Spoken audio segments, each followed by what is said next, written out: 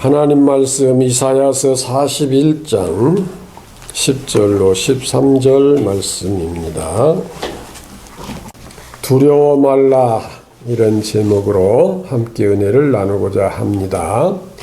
두려워한다고 하는 것은 뭔가 염려되는 것, 근심, 걱정이 되는 것, 이러한 것들이 있을 때 두려움이 생길 수 있습니다.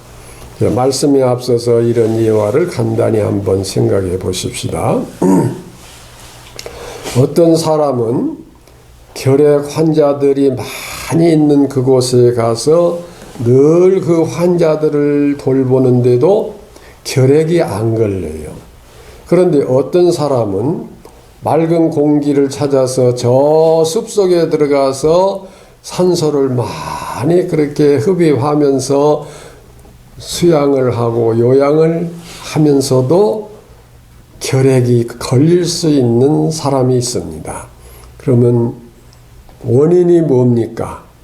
자기가 건강하면 그 환자들 속에 들어가서 아무리 많은 봉사를 하고 일을 해도 그 병이 안 걸리지만, 자기가 약하다 보면은 그런 그 깨끗한 곳, 숲속 같은 데 가서 지내도 결핵이 걸릴 수 있다고 하는 것. 원인은 자기에게 있다고 하는 것입니다.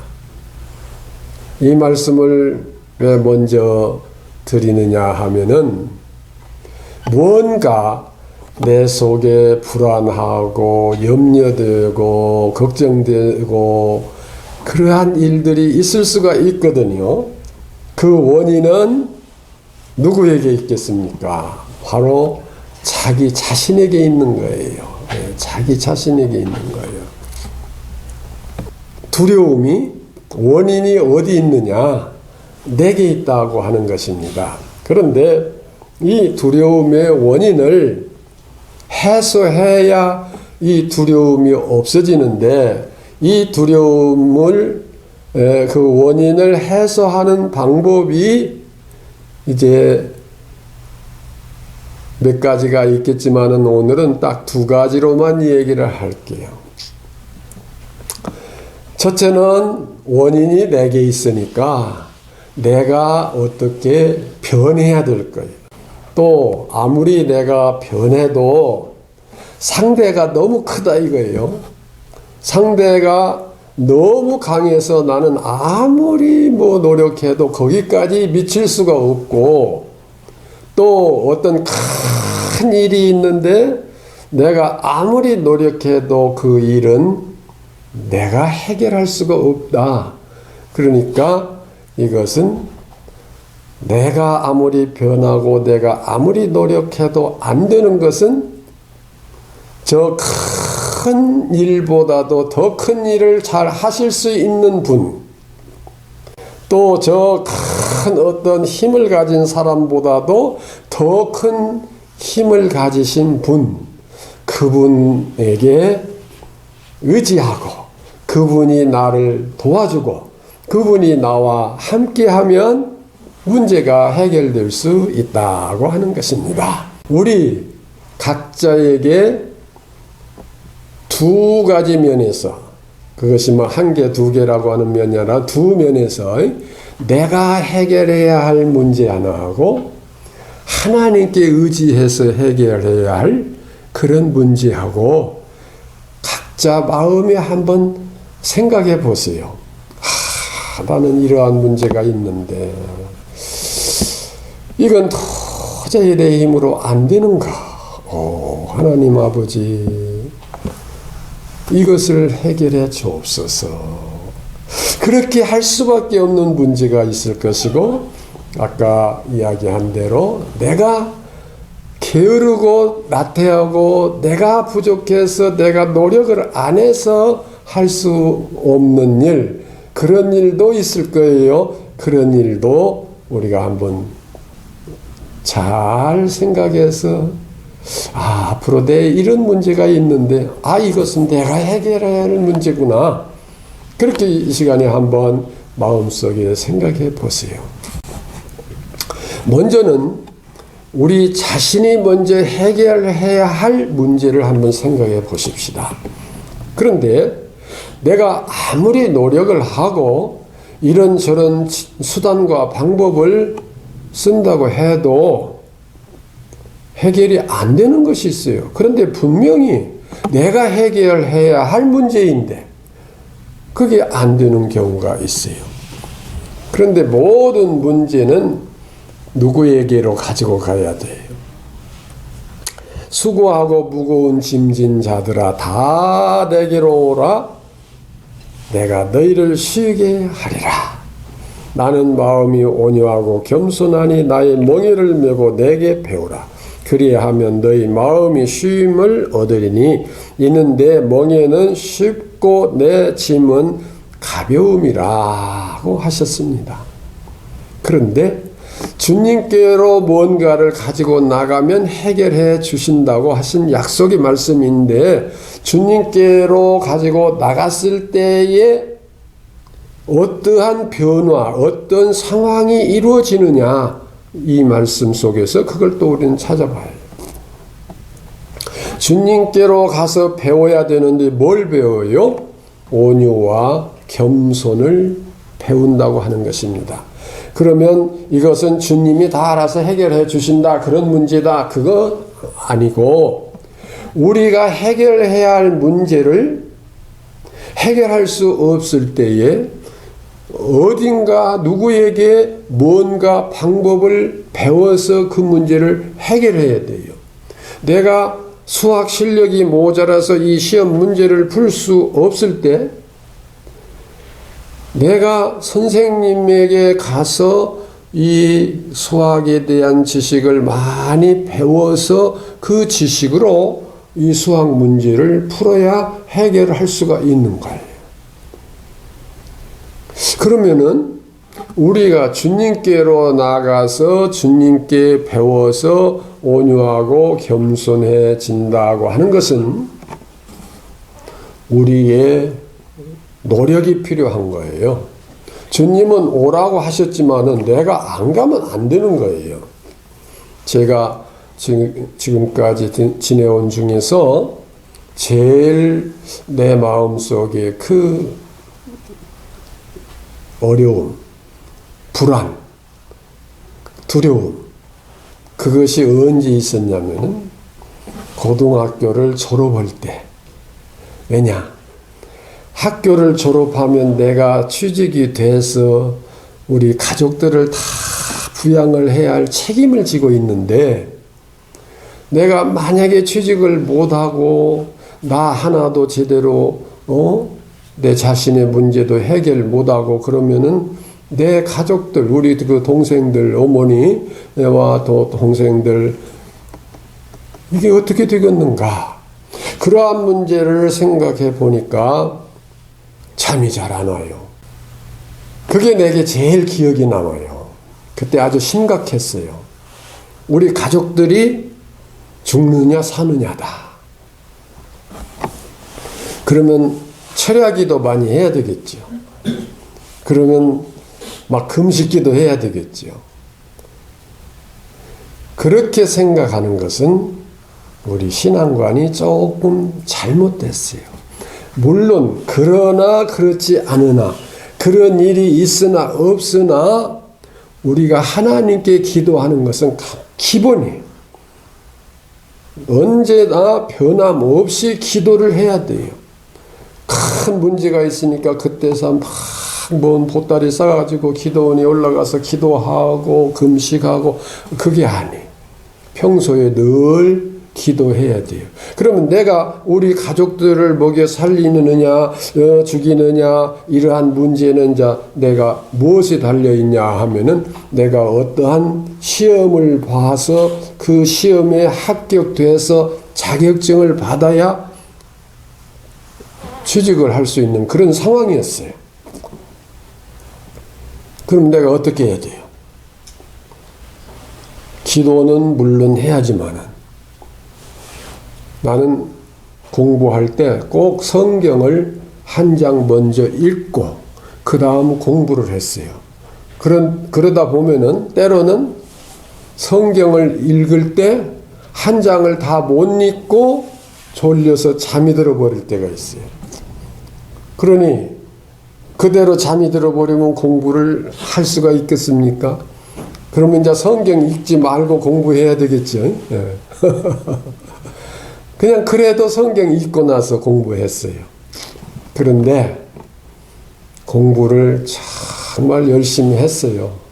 그 다급한 상황 속에서 내가 공부를 열심히 하냐, 그렇게 안 하느냐는 내 가족이 죽느냐 사느냐의 문제였다 이 말이에요.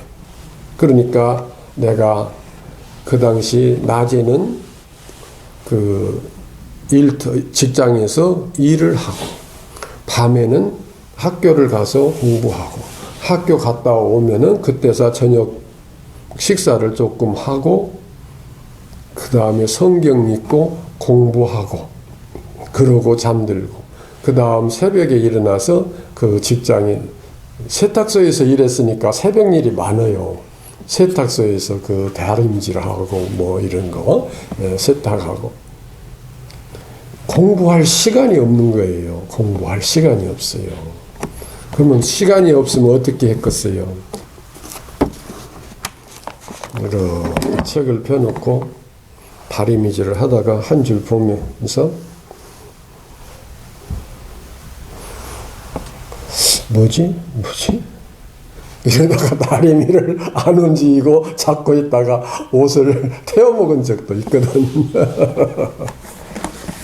야간에 일을 하면서 언제든지 책을 옆에 놓고 보고 또 때로는 손바닥에다가 필요한 건 써서 그걸 보면서 일을 하고 때로는 쪽지에다 써가지고 다니면서 보면서 또 암기를 하고 때로는 참고서를 그 큰 것을 들고 다닐 수 없으니까 찢어가지고 한 장씩 포켓에 넣어갖고 다니면서 다 암기하고 그 다음 또 찢어서 암기하고 할 정도로 그렇게 열심히 했어요.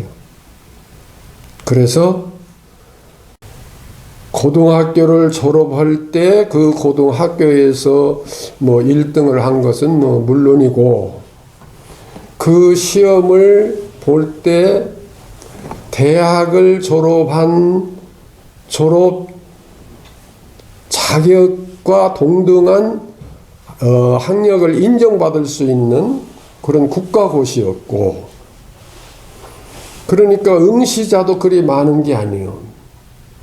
전국에서 15명인가 16명인가 16명이었던가 하여튼 그렇게 응시를 해서 딱 2명이 됐는데 내가 그렇게 머리가 좋은 사람도 아니잖아요.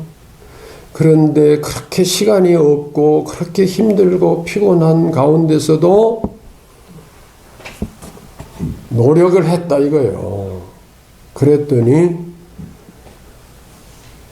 합격이 되고 그 당시 그 자격증만 따면은 그냥 취직은 서로 이 기관 저 기관에서 서로 데려가려고 하는 그런 자격증이었어요. 그 자격증 내가 지금 가지고 있거든요. 증거로. 네.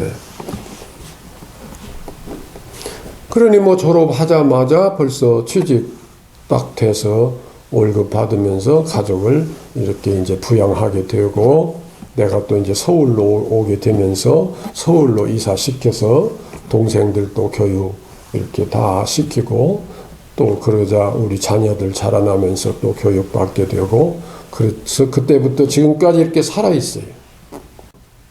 내가 노력할 수 있는 것을 최선을 다해서 노력하는 그 자체가 또한 신앙이다 이거예요. 그러면 기도 안 하고 그냥 노력만 해야 된다는 뜻이 아니잖아요. 기도는 기도대로 또 우리는 해야 돼요. 우리가 해야 할 것을 최대한 노력을 하고 하나님께 기도할 때 하나님은 역사하시는 거예요.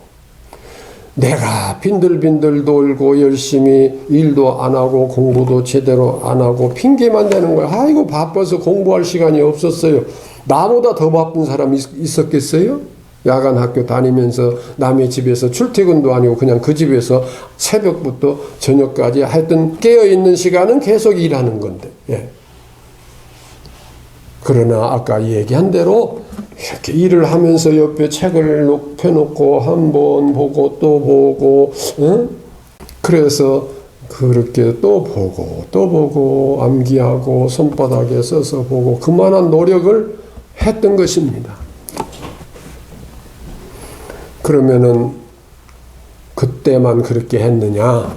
그 후에 내가 이제 목회를 하면서 교회 개척하고 목회하면서 또 신학교 또 대학교 그 강의 나가면서 거기 교수로 총장으로 모든 일 관여하면서 여러 가지 일을 하면서 이 자세로 지내왔고 그 자세로 하나님께 기도했던 거예요. 네. 그리고 두려워하지 말라 할 때 뭔가 두려움이 있으면 먼저 내가 해야 할 일이 무엇인가 그것부터 생각해야 돼요. 그래서 내가 이렇게 해야 되는데 그렇게 못하고 있구나 그것을 깨닫고 그 다음에 내가 아무리 노력해도 안 되는 일이 있어요. 여호와께서 집을 세우지 아니하시면 세우는 자의 수고가 헛되고 여호와께서 성을 지키지 아니하시면 파수꾼에 깨어서 경성함이 허사로다. 이 말은 하나님께서 해 주셔야만 될 수 있는 또한 일이 있다 이 말이에요. 그러면 그 일은 하나님께서 어느 때 해결해 주시느냐? 내가 최선을 다했을 때 해주신다 이 말입니다. 예. 그냥 그 일은 나는 몰라라. 나는 도저히 그 일은 내가 할 수 없는 일이다. 이렇게 나는 자포자기하고 있어도 그 일만은 하나님이 해주신다. 그런 뜻이 아니라 내가 할 수 있는 일을 최선을 다해서 할 때 하나님은 또한 내가 할 수 없는 그 일을 또 이루어 주신다고 하는 것입니다. 그러므로 우리는 젊은이나 중년이나 노인이나 누구를 막론하고 내게 하나님께서 생명을 주셔서 호흡할 수 있는 그 시간, 부름을 받는 그 시간까지는 무엇인가를 해야 돼요. 열심히 해야 돼요. 노력을 해야 돼요. 그게 바로 하나님의 말씀을 순종하는 생활이 되는 것입니다.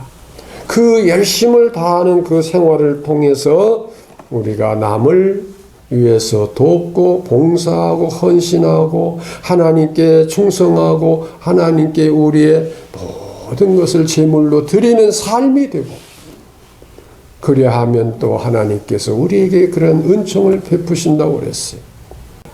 오늘 우리가 우리의 힘으로 할 수 없는 그 모든 문제 내가 할 수 있는 데까지 최선을 다할 때 하나님은 그 위에 역사해 주신다 하는 것입니다. 그래서 하나님의 말씀을 이렇게 지키라. 그것을 제가 한 구절 읽어드릴게요.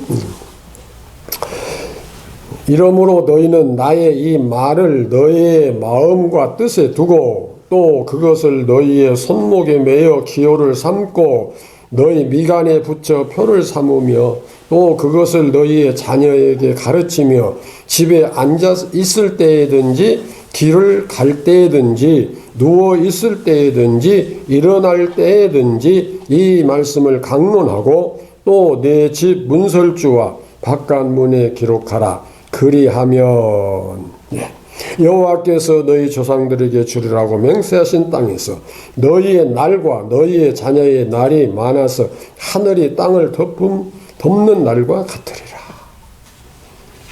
간단히 요약하면 하나님의 말씀을 항상 묵상하고 그 말씀을 기억하고 그 말씀대로 살면 하나님께서 그 날을 장구하게 하신다.